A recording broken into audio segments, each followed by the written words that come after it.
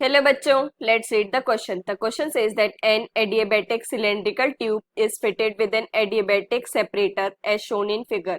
Initially, separator is in equilibrium and divides the tube into two equal parts. The separator can be slid into the tube by an external mechanism. An ideal gas gamma is equals to 1.5 is injected in two sides at equal pressure and temperature. Now separator is slid to a position where it divides the tube in the ratio 7:3. The ratio of the temperatures in two parts of the vessel is √n/√7. Find n. तो देखो बच्चों, सबसे पहले की concept है हमारे पास, that is adiabatic process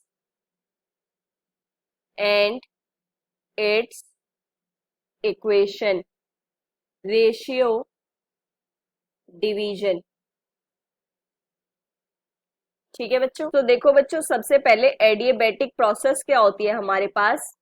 वो process जहां पर आपके पास हीट जो है दैट इज कांस्टेंट।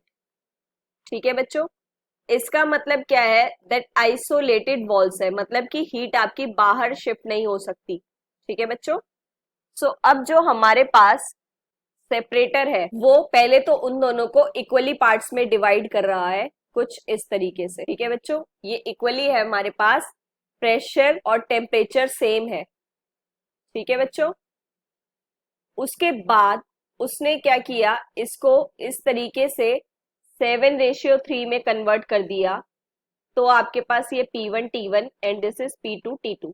ठीक है बच्चों, सो अब देखो ये 7:3 है, इसका मतलब क्या है? सबसे पहले अगर हम टोटल देखें 7 + 3 कितना होगा? 10। सो इसका मतलब ये 7/10 पार्ट है एंड दिस इज 3/10 पार्ट है ना बच्चों। ये रेशियो का इसी तरीके से हम लेते हैं। ठीक है बच्चों, और बात करें अगर एडियाबैटिक इक्वेशन की, तो वो क्या होती है हमारे पास? जनरली होती है that is PV gamma is equals to constant. ठीक है बच्चों, अब देखो आइडियल गैस होती है PV is equals to NRT. ठीक है बच्चों, सो अब देखो अगर हमें पी लेना है, सो इसको हम लिख सकते हैं that is N R T by V, और एन आर क्या आपके पास? That is constant. सो दूसरी इक्वेशन जो होगी, अगर हम इसे लिखे P N R T by V, V raise to power gamma is equals to constant. तो एन आर को भी हम दूसरी तरफ शिफ्ट कर देते हैं, तो ये कितनी आ जाएगी? T V gamma -1 is equals to constant. So ये दो हमारे पास इक्वेशंस हो जाएंगी, that PV gamma equals to constant and TV gamma -1 equals to constant. ठीक है बच्चों, सो कांस्टेंट होने का मतलब क्या है? T1 V1 gamma -1 is equals to T2 V2 gamma -1 है ना बच्चों। और गामा की वैल्यू हमें कितनी गिवन है? That is 1.5। अब देखो इसने क्या किया, पोजीशन 7:3 किस चीज की है? ये वॉल्यूम की। तो देखो ये कितना था T1, वो कितना था आपके पास? 7V/10 गामा -1, और T2 और ये वाला कितना था? 3V/10। इसी तरीके से डिवाइड कर रहा था, है ना बच्चों। क्योंकि देखो इनिशियली जो आपके पास सेपरेटली इक्वल था, मतलब कि जो टोटल वॉल्यूम थी वो आपकी V और हाफ हाफ डिवाइडेड थे, बट अब यहाँ पर क्या हो गया? That is 7V/10 and this is 3V/10।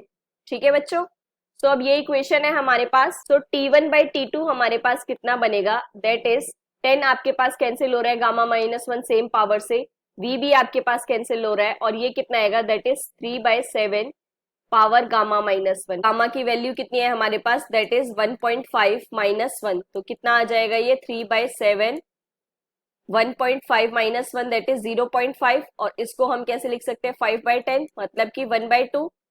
तो ये क्या है आपके पास? That is √3/7। ठीक है बच्चों, और हमें ये गिवन क्या है? That is √n/7। तो यहां से अगर हम कंपेयर करेंगे, सो n आपके पास कितना आ जाएगा? That is 3, and that is the final answer. Hope you understand it well. Best of luck, thank you.